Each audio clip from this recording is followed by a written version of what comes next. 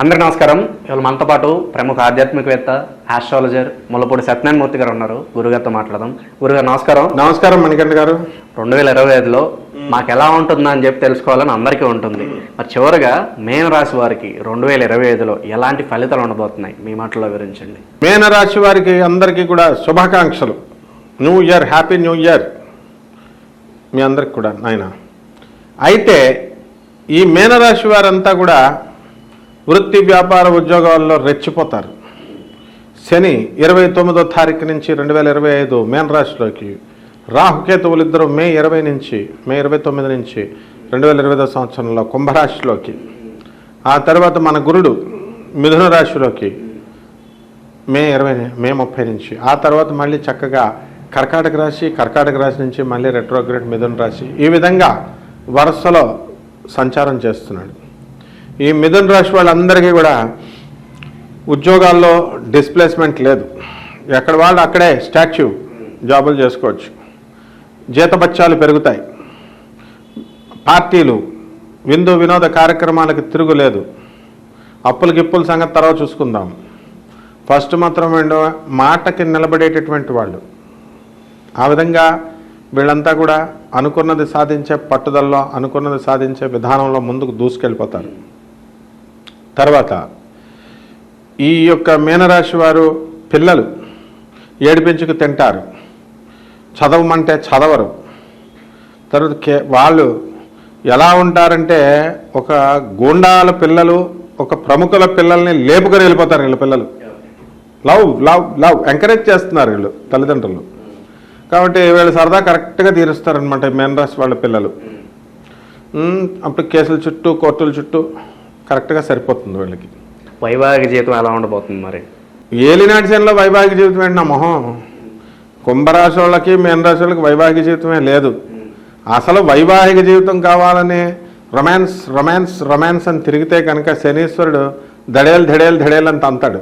ఈ 3 సంవత్సరాలు కుంభరాశి వాళ్ళు, ఈ మీనరాశి వాళ్ళు వీళ్ళంతా కూడా బ్రహ్మచర్యం పట్టించాలా. They should lead an aesthetic life of life. They should believe in this aesthetic life. బ్రహ్మచర్యం పాటించాలి కంపల్సరీ. అందువల్ల పార్టీలు, పబ్బాలు ఇవన్నీ దూరం పెట్టేసి అయ్యప్ప దీక్షలు వేసినట్టు, భవానీ దీక్షలు, అయ్యప్ప దీక్షలు వేసుకుంటూనే ఉండాలి. పేదల దీక్ష అని ఒకటి దీక్ష ఉంటుంది, గొప్ప దీక్ష. దరిద్ర నారాయణ దీక్ష. అది దరిద్రుడే వాళ్ళ సేవ చేసుకోవడమే అన్నమాట వీళ్ళు. అది చేస్తే గ్యారంటీగా సక్సెస్ అవుతారు. ఇక రియల్ ఎస్టేట్ ఏమన్నా మా గురించి ఏం చెప్తారని ఎదురు చూస్తున్నారు. రియల్ ఎస్టేట్ వాళ్ళు ఏం లేవు మీకు. బిల్డర్స్ ఏమన్నా అమ్ముదామండి, ఇంతవరకు ఎక్కువ అమ్మేశారు కదా నాయన. ఇప్పుడు 40 లక్షల ప్లాట్ని 60 లక్షలు చేసి అమ్మేశారు. ఇంకెక్కడున్నాయి డబ్బులు కొనడానికి? ఏదో పడుకోవడమే మెయిన్ రాష్ట్ర బిల్డర్లు. విద్యార్థుల పరిస్థితి మరి ఎలా? విద్యార్థులు, ఈ స్టూడెంట్స్ వాళ్ళు చదవండి రా నాయన అని తల్లిదండ్రులు, మాస్టర్లు చెప్తే ఫోన్ ఒకటి పట్టుకొని అస్తమాను వాట్సాప్లు తల్లిదండ్రులు చెప్పిన మాట వినకుండా ఉన్నందుకు వీళ్ళు ఫెయిల్ అయిపోతారు అంతే, గ్యారంటీ. అందులో డౌట్ లేదు. మళ్ళీ this is a NASA based రిపోర్ట్స్ని బట్టి మనం చెప్పేటటువంటిది. కాబట్టి no deviations will be there, because we will also include this velocity of all the planets. ఇక్కడ ఎవరైనా మన వీడియో చూస్తున్నటువంటి సైంటిస్టులు, ఇంజనీర్లు, డాక్టర్లు, astrologers, world famous astrologers, English, Hindi అని ఉంటారు కదా, వాళ్ళకి అసలు ఈ వెలాసిటీ చెప్పక్కర్లేదు. వెలాసిటీ నేను చెప్తాను, యూనిట్స్ చెప్పమని చూద్దాం వాళ్ళని దేంతో కొలుస్తారు. కాబట్టి మీనరాశికి మనం చెప్పినట్టే జరుగుద్ది. పెళ్ళాలు వదిలేస్తారు మొగుళ్ళని, అత్తగారుల్ని, పిల్లల్ని, మరదల్ని, తమ్ముళ్ళని అందరినీ సరిగ్గా చూడకపోతే.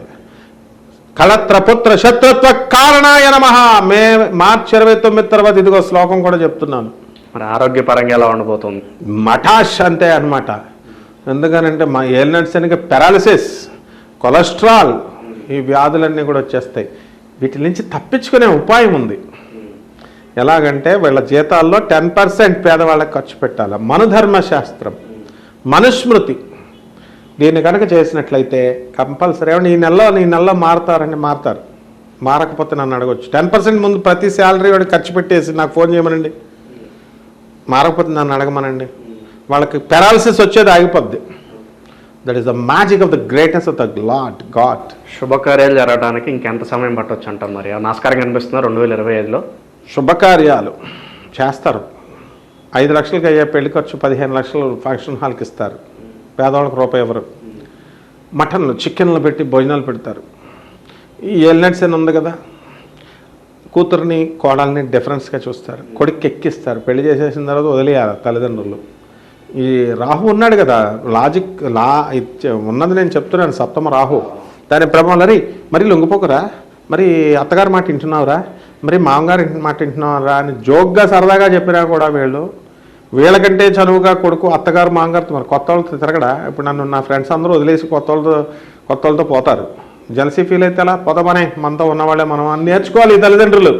అలా రెచ్చగొట్టేస్తే పాపం చిన్నపిల్లలు వెళ్ళిపోయి మూడు పిల్లలు అత్తగారి మీద కక్షలు మామగారి మీద కక్షలు పెట్టేసుకొని పెళ్ళిళ్ళు పెడాకులు విడదీసేసుకొని కోర్టులకు ఎక్కిపోతారు. ఈ విధంగా జరగడానికి మీనరాశి వారికి అవకాశాలు ఉన్నాయి.